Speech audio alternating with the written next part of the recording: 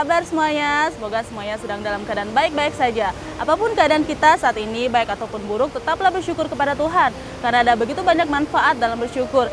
Selain dapat membuat kita lebih sabar dan ikhlas, dapat membuat kita lebih menguasai diri dan keadaan, kita juga dapat bisa terhindar dari masalah-masalah yang tidak berarti, termasuk penyakit hati seperti iri hati, kekecewaan, amarah, dengki, frustasi, kebencian, kekhawatiran yang berlebihan, dan kesedihan yang berlarut-larut yang hanya akan membuat hidup kita bukannya semakin maju, tapi justru semakin terpuruk dan tidak menjadi berkat, tidak memberikan pengaruh yang positif kepada semuanya.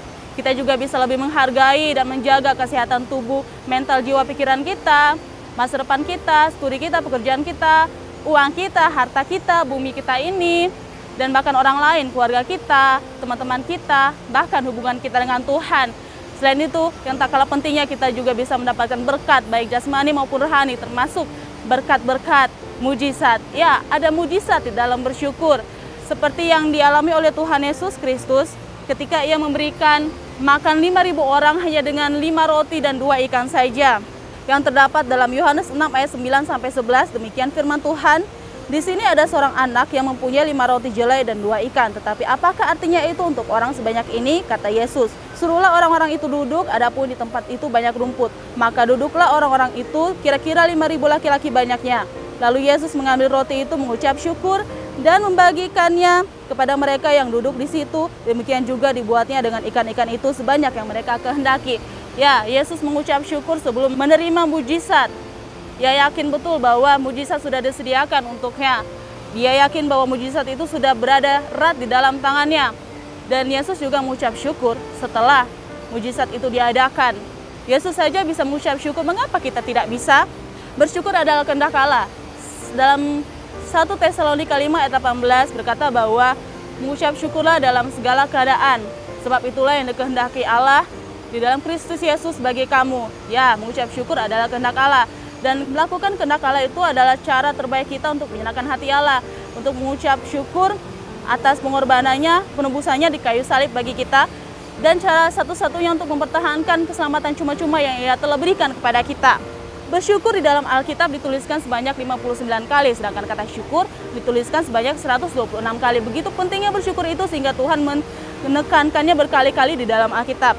Ucapan syukur juga adalah bukti iman percaya kita kepada Allah. Ketika kita mengucap syukur dalam segala keadaan, itu berarti kita sedang mendeklarasikan bahwa Tuhan berdaulat penuh atas hidup kita apapun keadaannya. Meskipun kita sepertinya sudah tidak ada alasan lagi untuk dapat mengucap syukur saking sulit dan sakitnya keadaan kita. Namun percayalah, meskipun umat percaya tetap dicobai, kasih setia Tuhan tidak pernah berubah untuk kita. Ia selalu sama dan Ia punya rencana yang sangat luar biasa indah, besar, ajaib bagi kita. Percayalah bahwa di balik hujan pasti ada pelangi. Dan semua itu diizinkan Tuhan terjadi untuk mendatangkan kebaikan bagi kita. Jadi bertahanlah dan tetaplah bersyukur. Nah, jika masih sulit untuk bersyukur, hitung saja semua kebaikan Tuhan yang jauh lebih banyak dan besar daripada masalah-masalah kita. Ingat apa saja yang sudah berhasil kita capai, miliki, dan nikmati saat ini. Itu semua hanya kasih setia Tuhan saja. Masih banyak yang bisa kita syukuri dan masih banyak juga yang tidak seberuntung kita. Di saat kita tidak setia, Tuhan masih menganugerahkan kita banyak hal yang sebenarnya kita tidak layak untuk terima. Jadi tidak ada alasan bagi kita untuk tidak bersyukur. Bersungut-sungut adalah tindakan kebalikan dari mengucap syukur. Sungut-sungut juga adalah tindakan menghina Tuhan karena telah berburuk sangka terhadapnya dan meragukan Dia. Ketika bangsa Israel bersungut-sungut saat berada di padang gurun, Tuhan mengungkapkan kekecewaannya kepada Musa dengan berkata seperti ini. Pada Bilangan 14 ayat 11, berapa lama lagi bangsa ini menista aku, dan berapa lama lagi mereka tidak mau percaya kepadaku, sekalipun sudah ada segala tanda mujizat yang kulakukan di tengah-tengah mereka.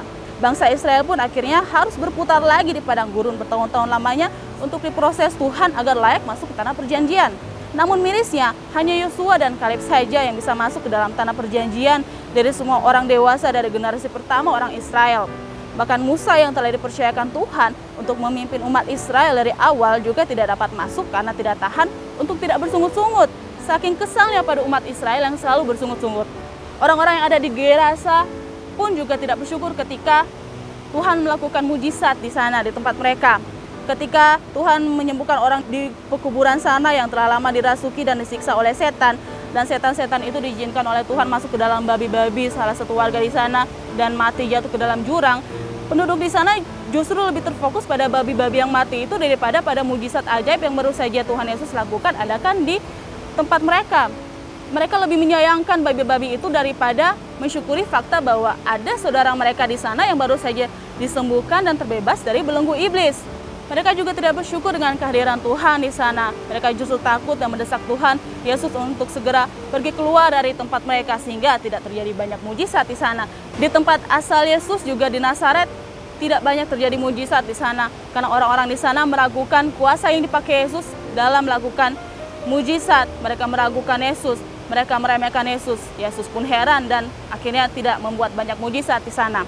Ketika kita mengalami keadaan yang menyesakkan, daripada mengeluh dan bersungut-sungut apalagi sampai meragukan Tuhan, lebih baik kita memperkuat iman kita dan berdoa pada Tuhan. Mengeluh hanya akan semakin mempersulit hidup kita, bukannya memberi solusi. Sedangkan berdoa sudah pasti akan mendatangkan mujizat dan membuat iman kita timbul seperti emas yang teruji oleh api pencobaan yang memurnikan kita. Langkah pertama yang sangat efektif dalam doa adalah pujian dan ucapan syukur. Ucapan syukur selain memperkuat iman kita, juga dapat menarik kuasa Allah bekerja dalam hidup kita. Seperti Tuhan Yesus yang mengucap syukur terlebih dahulu tadi saat akan memberi makan 5.000 orang hanya dengan 5 roti dan 2 ikan saja. Kelihatannya seperti tidak masuk akal dan mustahil.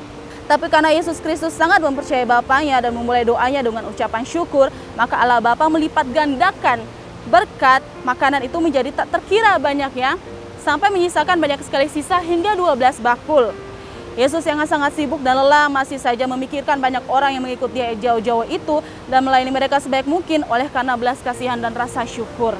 Jadi tetaplah melayani Tuhan sebaik mungkin dan berdoa sungguh-sungguh dengan penuh ucapan syukur serta iman yang teguh padanya. Meskipun kita tidak mengerti dan belum melihat apa-apa di depan, namun percayalah mujizat akan segera terjadi dan berkat-berkat itu akan dimultiplikasikan oleh Tuhan dalam hidupmu cepat atau lambat.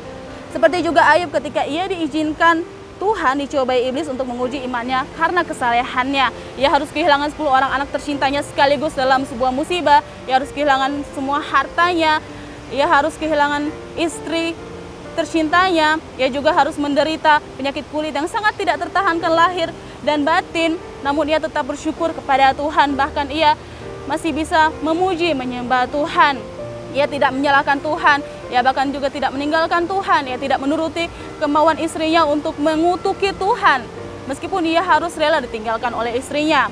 Ia bahkan juga masih bisa sempat-sempatnya mendoakan keempat sahabatnya, yang 3 diantaranya mengatakan yang tidak benar tentang ia dan Tuhan. Sampai pada akhirnya Tuhan pun memulihkan keadaan Ayub dengan total. Dan Tuhan menggantikan semua apa yang dimiliki Ayub yang telah hilang 2 kali lebih banyak dan lebih baik dari sebelumnya. Puji Tuhan, mujizat yang sama juga dapat terjadi dalam hidup kita, dalam hidup saya, dalam hidup saudara sekalian. Kepada siapa saja yang mau percaya dan mengucap syukur kepada Tuhan.